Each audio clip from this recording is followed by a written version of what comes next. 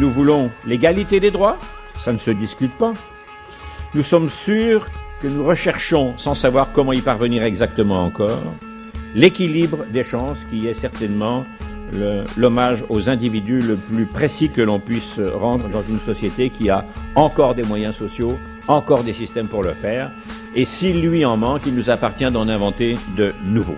Jusqu'en 2007, les universités n'avaient pas pour responsabilité, pour mission officielle, de se préoccuper de l'insertion de leurs étudiants. Elles l'avaient comme mission principale et deux missions, la formation d'une part et la recherche d'autre part. Donc qui dit pas de mission, dit pas de moyens, dit pas de compétences, dit pas d'évaluation.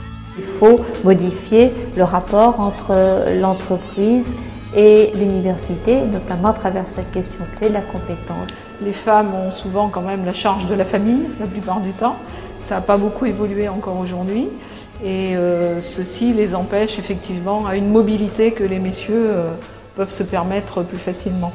Sur la thématique de l'entrepreneuriat et du développement économique, particulièrement des banlieues, j'ai pu amener quelques propositions parce que cette convention nationale est d'abord faite pour cela, bien sûr de débattre, bien sûr de renouveler les constats, mais surtout ce qui est le plus important, c'est concrètement qu'est-ce qu'on fait une fois qu'on a détecté les problèmes. C'est quasiment du cas par cas.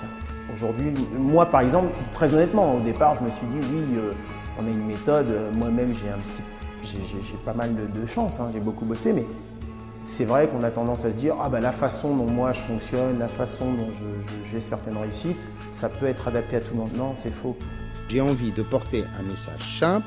Je voudrais que nous ne parlions plus jamais dans nos discours politiques d'une France issue de l'immigration, sachant qu'en plus ce sont en général des immigrations de deuxième ou de troisième génération aujourd'hui, mais d'une France héritière,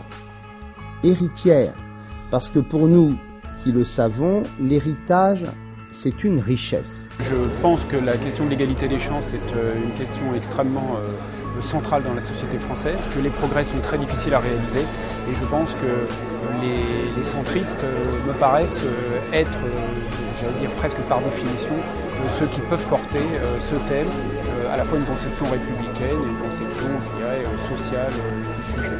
Je suis très heureux aussi de savoir que désormais, je suis dans une nouvelle période de la construction de notre famille politique qui va passer par la réflexion, par l'expression et par cette liberté de parole recouvrée dont je vous jure que je ne vais pas manquer de m'en priver.